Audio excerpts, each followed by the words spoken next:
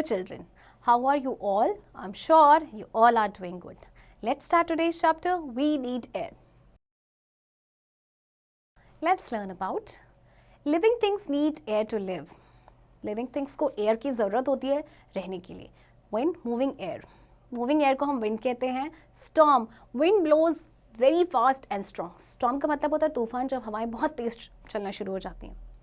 Do you know we cannot see or touch the air? आप ना तो air को देख सकते हैं ना ही उसे touch कर सकते हैं. Air is all around us. Air हमारे चारों तरफ है. Air. Air is present all around us. We can only feel air when it moves. We cannot see, touch or smell it. We can feel air under a moving fan. Air हमारे चारों ओर present होती है और हम इसे तभी feel कर पाते हैं जब ये मूव करती है. ना तो हम इसे देख सकते हैं, ना ही टच कर सकते हैं, ना ही स्मेल कर सकते हैं. All living things need air to live. Animals and plants and human beings need air to breathe. Living things को एयर की ज़रूरत होती है ब्रीथ करने के लिए.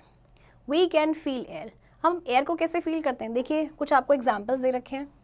When you stand in front of a working table fan, आप table fan के सामने खड़े हो जाइए, आप फील करेंगे एयर को. When we fan ourselves with a hand fan, hand fan से जब हम खुद को ऐसे फैन करते हैं तो हमें फील होती है air. When we do yoga and take deep breath in, और जब हम योगा करते हैं और ब्रीदिंग एक्सरसाइज करते हैं तो हमें फील होती है. Air moves things. Moving air is called wind. Winds turn the fan of a windmill. Winds help to sail boats and move gliders. Aeroplanes, helicopters and hot air balloons need air to fly. Air बहुत सारी चीज़ों को move करने में help करती है. जैसे कि आपके जो विंड मिल है वो विंड की हेल्प से चलते हैं. इसके अलावा बोट्स आपकी सेल करती हैं, ग्लाइडर्स मूव करते हैं, aeroplane, helicopters and even hot air balloons को भी एयर की ज़रूरत होती है फ्लाई करने के लिए. When the wind blows very fast, it is called storm. जब हवा बहुत तेज़ चलती है तो उसे हम storm यानी तूफान कहते हैं. Air helps in burning. Winds help to fly kites. Air can be used to fill up a football and bicycle tube. Air burning में भी हेल्प करती है. इसके अलावा जब आप पतंग उड़ाते हैं तो ऑब्वियसली उस टाइम पे हमें हवा की ज़रूरत होती है. अब फुटबॉल या बाइसिकल ट्यूब में भी हम किसे फिल करते हैं? एयर को. Air has weight. Which of the two footballs will be heavier? An air-filled football or the empty one?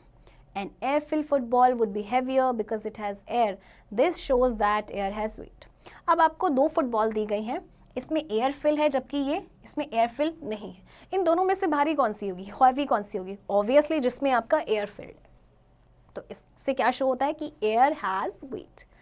Air takes up space. Blow air into a balloon, the balloon becomes bigger. Air gives shape to it. This shows that air takes up space. अब आप एक balloon को ले लीजिए, ये देखिए इसमें air नहीं है और जब आप इसको फुलाते हैं तो उसकी शेप ही चेंज हो जाती है. तो ये क्या शो करता है कि air takes up space. Let's remember, air is all around us. Moving air is called wind. Air is needed for breathing. Air is needed for burning things. Air occupies space and has weight. Air हमारे चारों तरफ है. Moving air को wind कहते हैं. Air की हमें ज़रूरत होती है ब्रीदिंग के लिए और चीज़ों को बर्न करने के लिए. एंड एयर स्पेस ऑक्यूपाई करता है एंड इसका वेट भी होता है. सो चिल्ड्रन, आई होप आप ये चैप्टर समझ गए होंगे. अब आप इसकी प्रैक्टिस खुद से करेंगे.